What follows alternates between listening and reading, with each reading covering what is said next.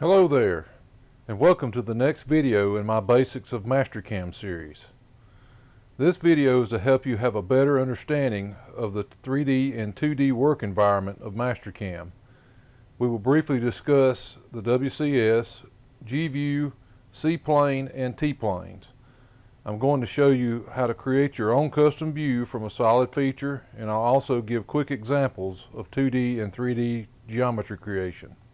With each example, I'll talk about the purpose and use of each of these functions. Let's get started. What is WCS, or Work Coordinate System? This is the origin point or zeros of your part's geometry. Basically where you want machine zero to be. In the previous video, we moved our part geometry to align with the top WCS. This point cannot change in any of the default planes. Only when you create planes can you determine or change where the WCS origin is. The graphics view, or G-view, is your point of view.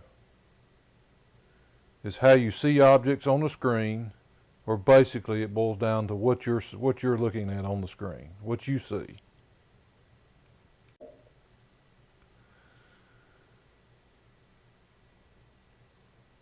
Before we talk about C-planes and T-planes, I want to make sure you have an understanding of what a plane is. A plane is simply a 2D slice of the 3D coordinate system that it can include any flat face of your part. So any one of the flat faces seen here is a 2D plane. The key word is flat. We always must verify our geometry, whether by print or using the Analyze tools in Mastercam that are quickly located under the Home tab and in the Analyze area. These will be explained as they're used.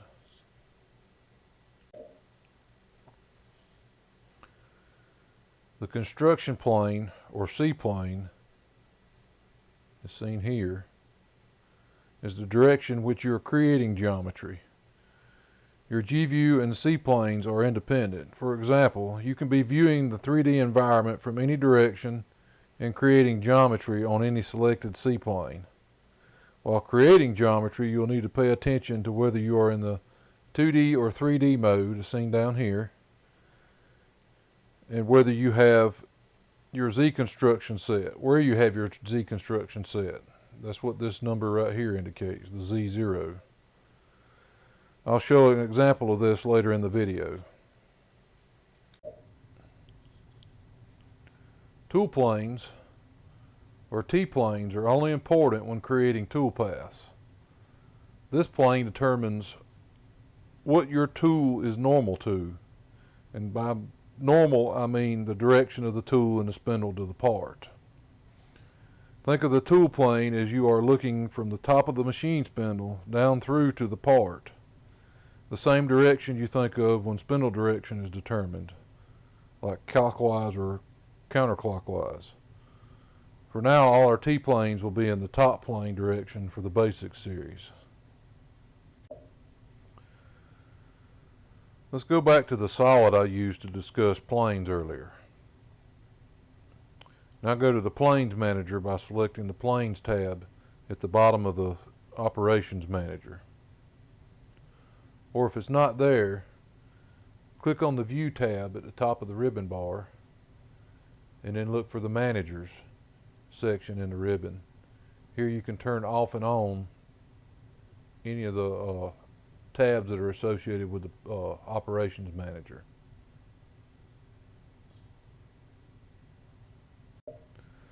Now that we have our Planes Manager open, let's explore a little bit. I'll only cover what I think is relevant to this and future videos.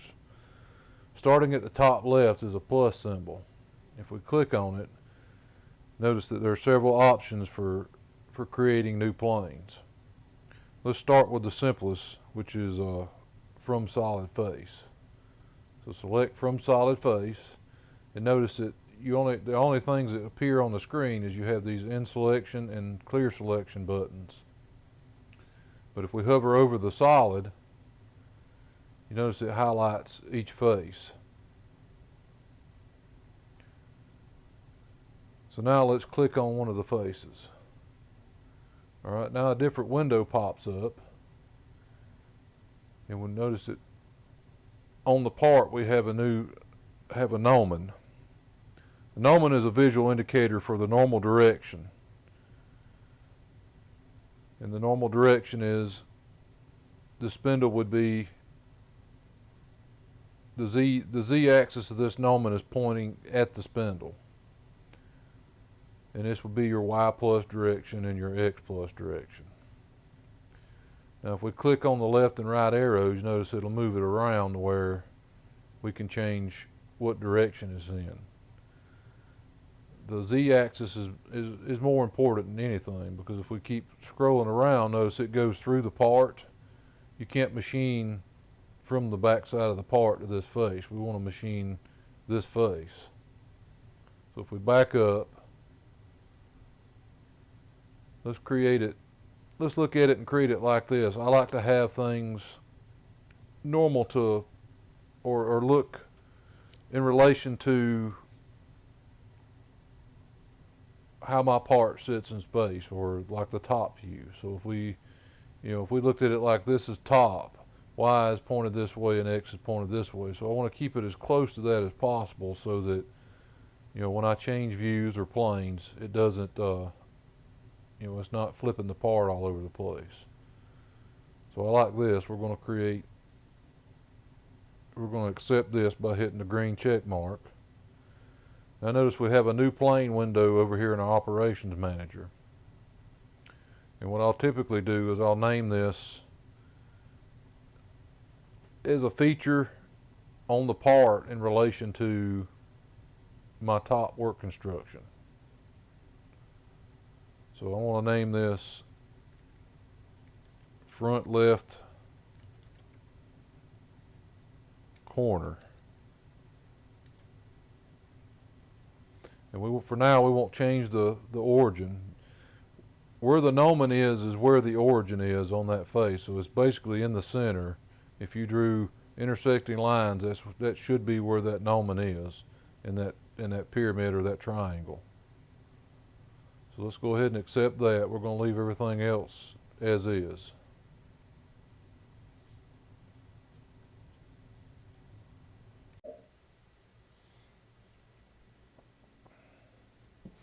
Now if we look in our planes manager, we'll see the view that we just created, or the plane that we just created. Now if we select that to view it in our G view or graphics view, notice that our construction and our tool plane are now in relation to that view. They're equal to that view. And they'll stay that way as long as I don't select any other plane. Even though I move my graphics view by clicking the center mouse button and rotating around, all my origins are still coming off of the origin it created when I created this view. Now why is this useful? They're a quick way to create custom geometry for wireframe or anything like that. Let's say a customer asked to have a specific number or something engraved on the face of this part right here on that particular flat.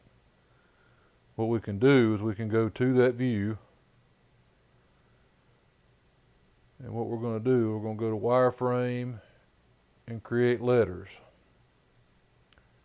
Now if we go and search for Mastercam box, and we want this to be about 1/4 inch high, so that's the height of your letters, and that's the font. And we're just going to type hello. And if it don't show up, you can kind of move around and then go back to that view. We'll go back to our planes and then reselect that view. Now it shows up. and we're going to click, and it'll create that on that face. And now let's go back. We want to OK and create. And that's right there. Again, the graphics are glitchy sometimes. Let's go back to here, and we're going to put this right there and accept that. It looks like when you're doing this is way off in space, but it's actually at that point. We've done that. I'm going to turn all this off. We can see now. Let's turn our gnomons off. And see, now we've created this to engrave right there on that face.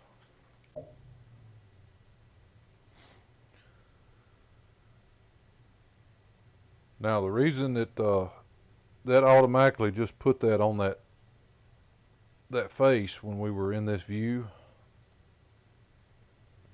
if we bring back up our axes by hitting F9, you'll notice that our Z is actually on that face. And again, that's because when we created this view, our origin was on that point. Was in this basically it selected Z origin to be on this face. And notice that our Z and our set Z depth is 0. That's something we need to pay attention to as we're creating like wire geometry and things like that, that, you know, where is our Z construction depth at. So let's do the same thing on the top. Let's go back to our top view without changing anything, leaving our Z construction the same.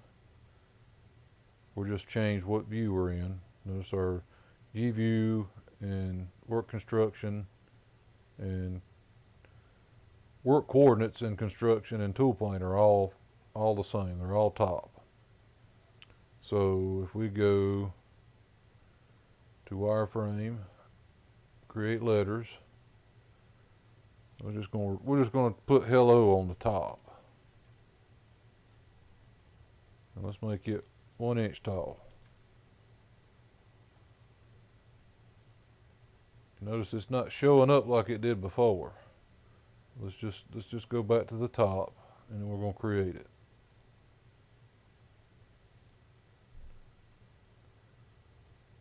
All right.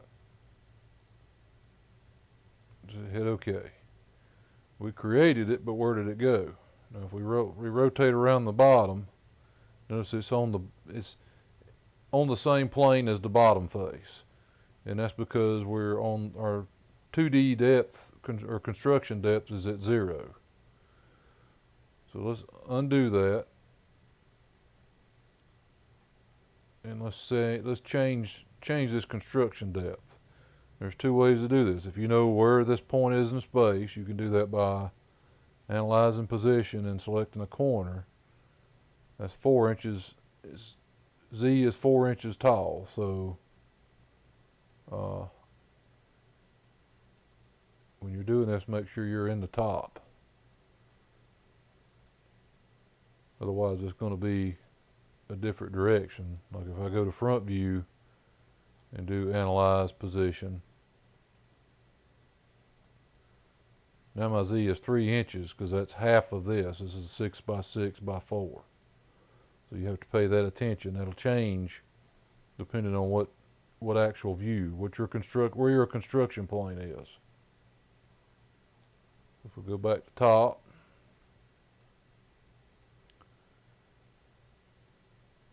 we know this is 4 inches tall. We can either put 4 inches in this box, or we can click on the Z, and it notice up here it says select point for new construction depth.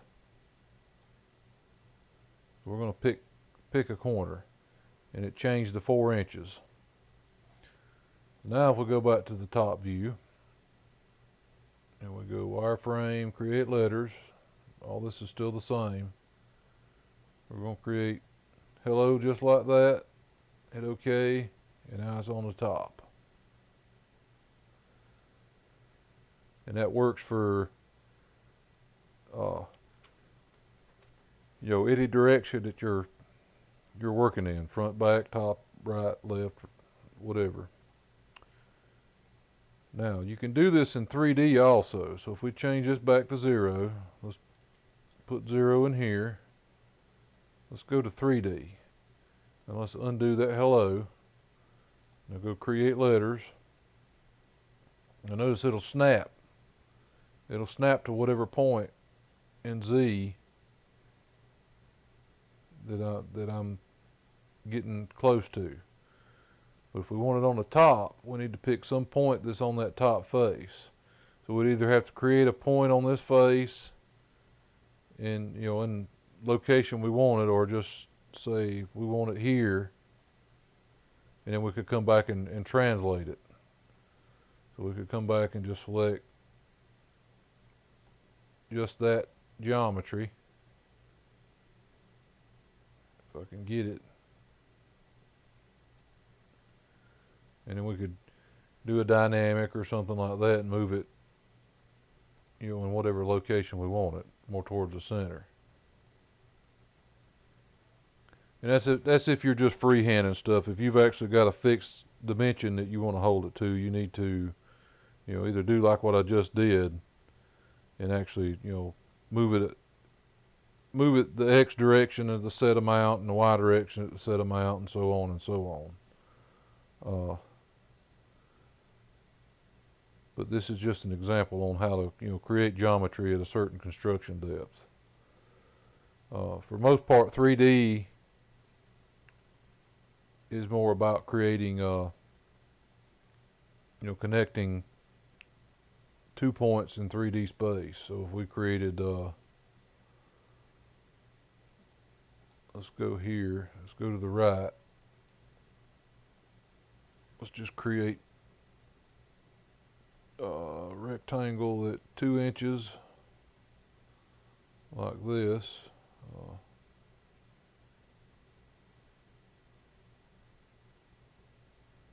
Just create some rectangle. Let's change our depth to -2 inches. Let's create another rectangle, same exact size as that one, by picking the corner. Actually, it won't do that. See, if I'm in 3D, it's going to pick it right where it's at. But if I do 2D and we're at -2 inches, pick this corner, and now these two rectangles are 4 inches apart from each other. But we want to connect it and create lines. Go back to 3D. And now we can create, three-dimensional lines, basically.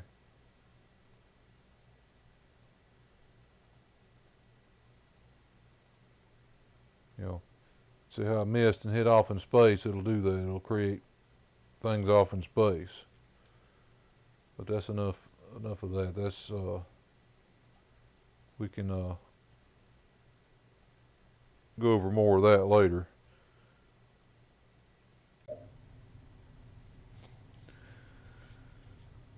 I'm going to end this video here.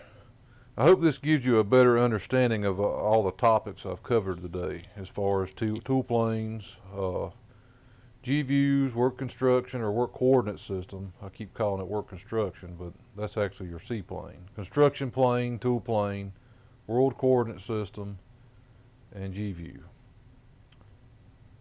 Please like, subscribe, and share, and please ask any questions in the comments section. That helps me figure out what topics I need to cover in future videos. So for now, thanks for watching.